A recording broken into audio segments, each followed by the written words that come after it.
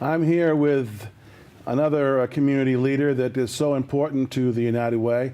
I am here with Fran Hurley, the president of the Boys and Girls Club of MetroWest. Fran, thank you so much for being with us tonight. We really appreciate it. Oh, absolutely, Paul. Our pleasure to come in as part of your effort. Well, thank you.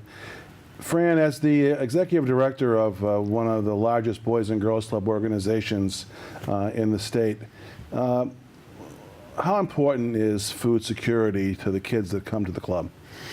Oh, it's tremendously important, and we see that in the communities we serve, and here in Framingham and Marlborough and Hudson. And in the last 4 years, the percentages on free and reduced lunch have gone up significantly.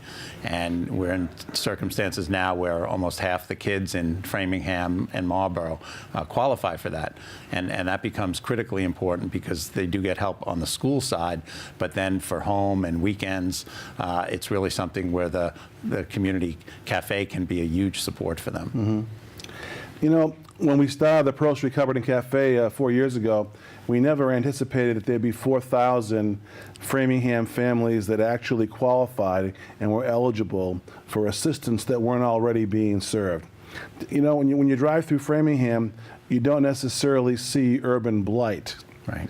It's a very well-kept community. But as you know, serving 300 or 400 kids a day at the club on Pearl Street, which is right across the way from our Pearl Street Cupboard and Cafe, that there is a very different side of Framingham. You want to talk about that a bit?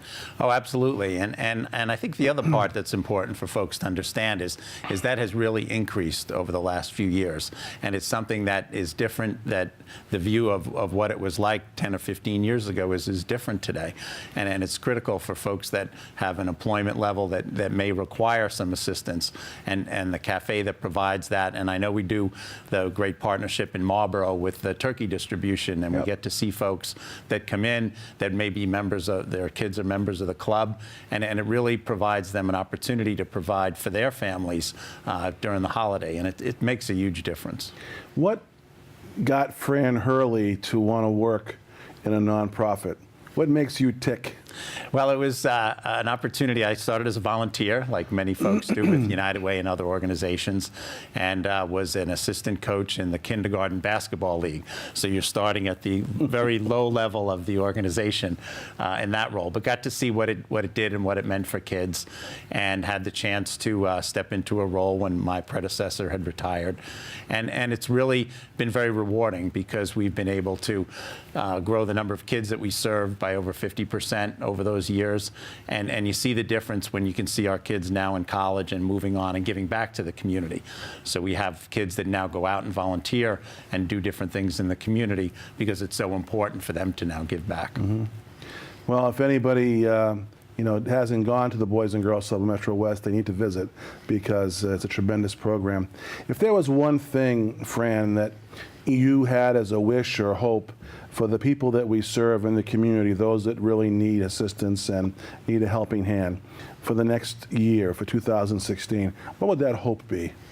Well, I think what's important, and for all the folks that are looking tonight and viewing the broadcast, it's critical to provide the resources for the Pearl Street Cafe so that they can provide the bridge for these families to enable them to be in a position where they feel good about their families and the holidays, so that they can look ahead the same way we always do for our kids. Because our goal for our kids is that it's an opportunity for them to stay in school, stay on track, go to college, and then give back to the community. But the only way they can do that is if there's additional resources that they can access. Because our membership fee is only $25 a year, and we can only do that with great support from organizations like the United Way, corporate support, and community support. And it's the same way with the cafe. The only way that those folks are going to be able to have that meal for Thanksgiving is if people donate tonight and continue to support it. So I would encourage folks, in addition to tonight's broadcast, if you've connected, volunteer down at the cafe. It's a great place, and it's really providing a great service in the community.